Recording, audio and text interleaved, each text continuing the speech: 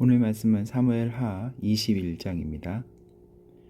다윗의 시대에 해를 거듭하여 3년 기근이 있으므로 다윗이 여호와 앞에 간구하매 여호와께서 이르시되 이는 사울과 피를 흘린 그의 집으로 말미암음이니 그가 기브온 사람을 죽였음이니라 하시니라.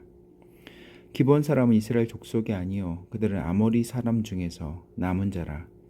이스라엘 족속들이 전에 그들에게 맹세하였거늘 사울이 이스라엘과 유다 족속을 위하여 열심히 있으므로 그들을 죽이고자 하였더라. 이에 왕이 기브온 사람을 불러 그들에게 물으니라. 이 기브온 사람들은 여기서 설명된 것처럼 원래 이스라엘 족속이 아니죠.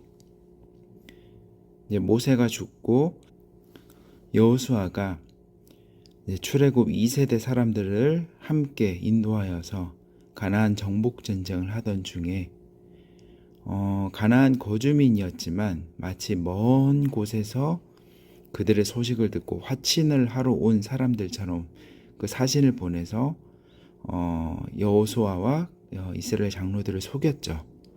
결국에는 불가침 조약을 맺고 나서야 그들이 가나안 거주민인 걸 알았고, 그래도 하나님 앞에서 맹세한 것 때문에 그들을 죽이지 않고 그들이 물깃는 자, 장작 패는 자로서 이스라엘 민족 안에서 거주하게 됩니다.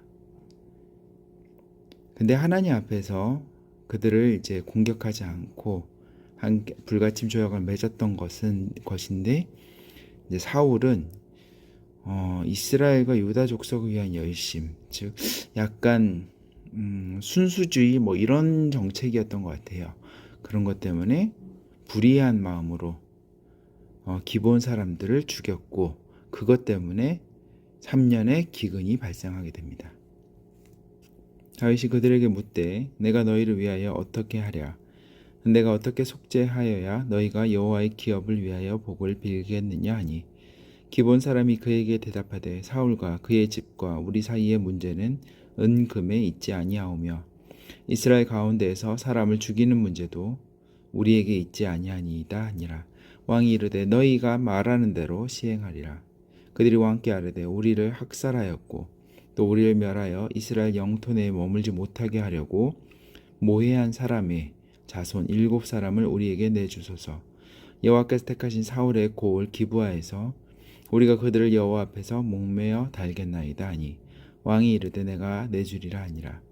그러나 다윗과 사울의 아들 요나단 사이에 서로 여호와를 두고 맹세한 것이 있으므로 왕이 사울의 손자 요나단의 아들 모비보셋을 아끼고, 왕이 이에 아야의 딸 리스바에게서 난 자 곧 사울의 두 아들 알모니와 모비보셋과 사울의 딸 메랍에게서 난 자 곧 무홀랏 사람 바르실레의 아들 아드리엘의 5 아들을 붙잡아 그들을 기브온 사람의 손에 넘기니, 기브온 사람이 그들을 산 위에서 여호와 앞에 목매어 다름에 그들 7사람이 동시에 죽으니, 죽은 때는 곡식 베는 첫날 곧 보리를 베기 시작하는 때더라.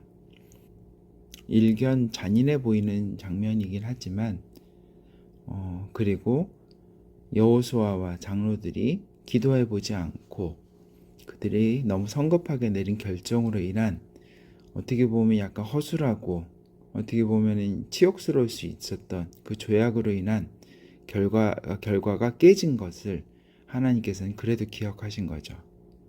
당신의 이름으로 지키겠다라고 그렇게 선언된 기브온 족속을 위해서 하나님께서 공의롭게 그것을 되갚을 기회를 다윗의 시대에 하나님께서 열어놓으십니다.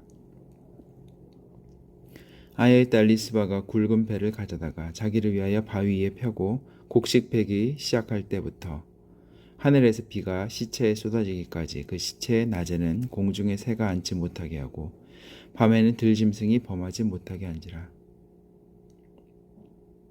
이에 아야의 딸 사울의 첩 리스바가 행한 일이 다윗에게 알려지매 다윗이 가서 사울의 뼈와 그의 아들 요나단의 뼈를 길랏 야베스 사람에게서 가져가니, 이는 전에 블레셋 사람들이 사울을 길보아에서 죽여 블레셋 사람들이 벳산 거리에 매단 것을 그들이 가만히 가져온 것이라.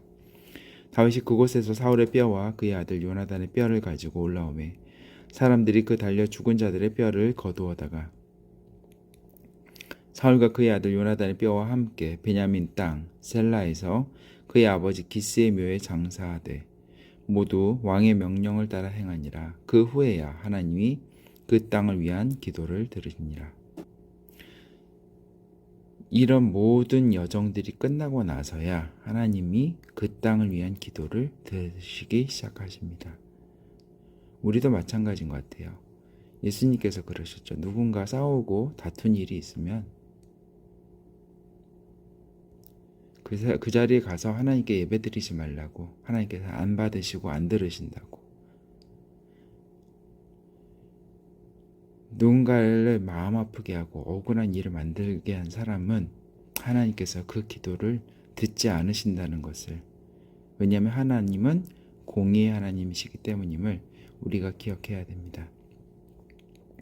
블레셋 사람이 다시 이스라엘을 치거늘 다윗이 그의 부하들과 함께 내려가서 블레셋 사람과 싸우더니 다윗이 피곤함에 거인족의 아들 중에 무게가 300세겔 되는 노창을 들고 세 칼을 찬 이스비 브노비 다윗을 죽이려 하므로 수르의 아들 아비새가 다윗을 도와 그 블레셋 사람들을 쳐 죽이니 그때 다윗의 추종자들이 그에게 맹세하여 이르되 왕은 다시 우리와 함께 전장에 나가지 마옵소서. 이스라엘의 등불이 꺼지지 말게 하옵소서 하니라. 그 후에 다시 블레셋 사람과 곱에서 전쟁할 때 후사 사람 십부게는 거인족의 아들 중에 삽을 쳐 죽였고 또다시 블레셋 사람과 곱에서 전쟁할 때 베들레헴 사람 야레오르김의 아들 엘하나는 가드 골리앗의 아우 라흐미를 죽였는데 그 자의 창자루는 배틀채 같았더라. 또 가드에서 전쟁할 때 그곳에 키가 큰 자 하나는 손가락과 발가락이 각기 6개씩 모두 24개가 있는데 그도 거인족의 소생이라. 그가 이스라엘 사람을 능욕함으로 다윗의 형 삼마의 아들 요나단이 그를 죽이니라. 이 네 사람 가드의 거인족 소생이 다윗의 손과 그의 부하들의 손에 다 넘어졌더라. 아멘. 오늘은 여기까지 하겠습니다.